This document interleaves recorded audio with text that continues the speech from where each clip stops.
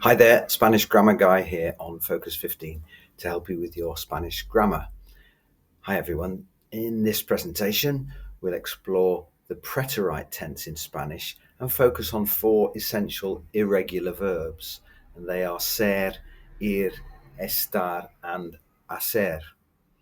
These verbs are commonly used in past tense conversations and in your writing, so understanding their irregular forms is key to mastering Spanish. And yes, unfortunately, there are lots of irregular form verbs in Spanish, and I'm afraid, yes, you just have to get your head down and learn those, but hopefully this will help.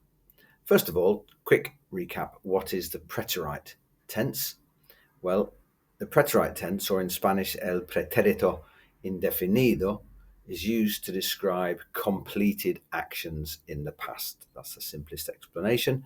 For example, yesterday I went to the park.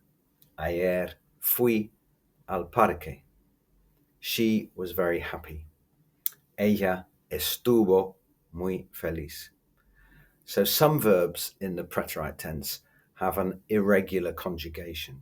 They don't follow standard conjugation patterns, just like many verbs in all tenses have irregular conjugation patterns. But let's dive into these particular 4 verbs that are really important ones. So if we look first of all at ser and ir together, because they share the same conjugation. It looks exactly the same in the preterite tense, which can be a little bit annoying and a bit confusing, but the context will always tell you if it means I was or it means I went, ser or ir. But let's have a look at the conjugation of these 2 verbs.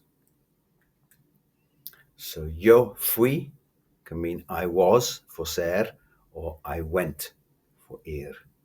Tu fuiste, you were or you went. Él, ella, usted fue.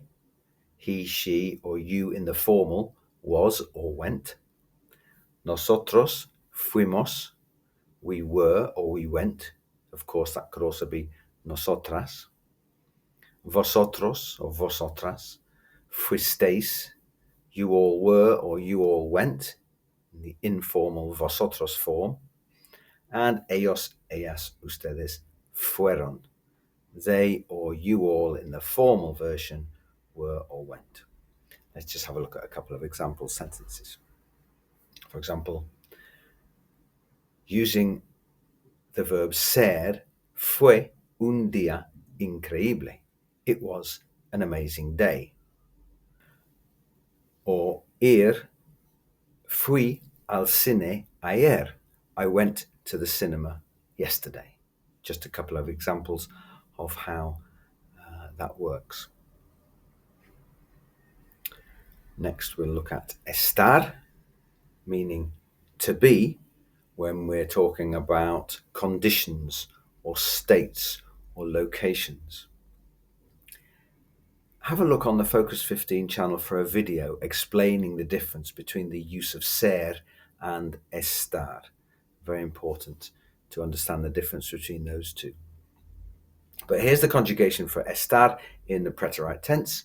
Yo estuve, I was. Tú estuviste, you were. Él, ella, usted estuvo.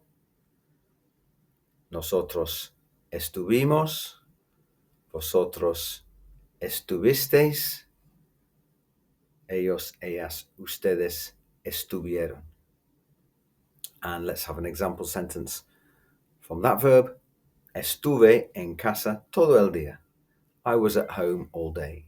And of course, you're using estar in this case because you're talking about your location, where you were. Next, let's have a look at the verb hacer, meaning to do or to make, depending on the context.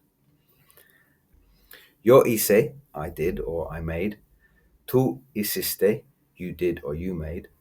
Él, ella, usted hizo, he, she or you in the formal form did or made. So it's written with a Z, hizo, because if you wrote it with a C in this case, you'd have to pronounce it hico, because the C before an O is a hard K sound in Spanish. So they change it so that it retains that pronunciation of the S or Th sound, hizo or hizo. Nosotros hicimos, vosotros hicisteis, ellos, ellas, ustedes hicieron.